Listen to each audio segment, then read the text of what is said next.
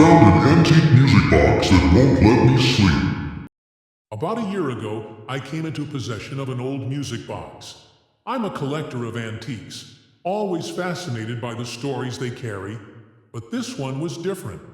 I found it at a small estate sale, hidden among a bunch of junk.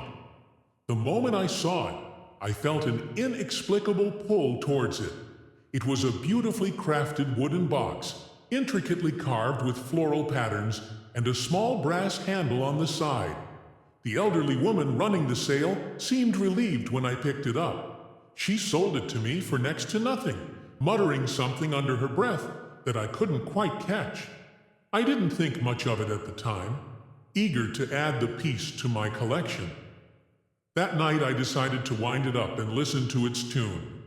The melody was hauntingly beautiful, a lullaby of sorts that sent shivers down my spine. As the music played, I noticed something odd.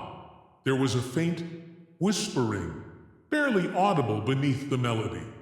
I dismissed it as my imagination and went to bed.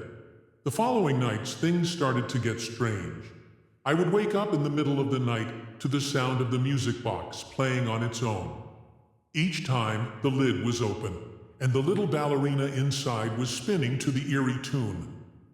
I live alone, and there's no way anyone could have wound it up. One night, after another episode of the music box's spontaneous playing, I decided to record it.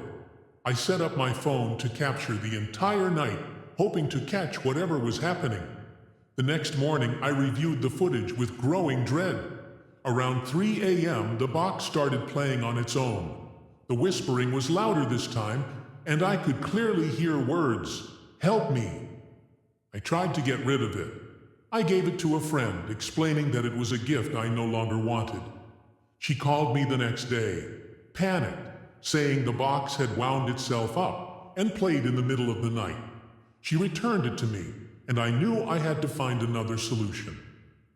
Desperate, I started researching the box's origins. I found out that it had belonged to a little girl named Emily, who had died tragically in a fire over a century ago. The box was the only thing that survived the blaze, passed down through generations until it ended up at the estate sale. I tried to appease whatever spirit was attached to the box. I spoke to it, saying I wanted to help. For a while, it seemed to work. The music stopped playing on its own, and the whispering ceased. I thought I had finally put it to rest. But then, one night, I woke up to the sound of screaming.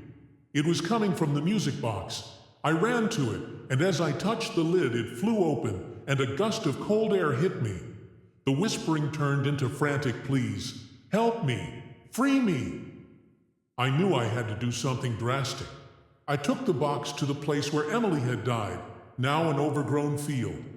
I dug a hole and buried it, saying a prayer for her soul to find peace. For a while, everything was quiet. I thought I had done it, but last night I woke up to the sound of the lullaby.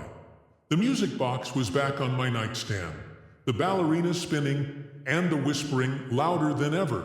You can't escape. I don't know what to do anymore. I can't get rid of it, and the whispering is driving me insane. If you ever find an antique music box, one that seems too beautiful, too perfect, leave it alone.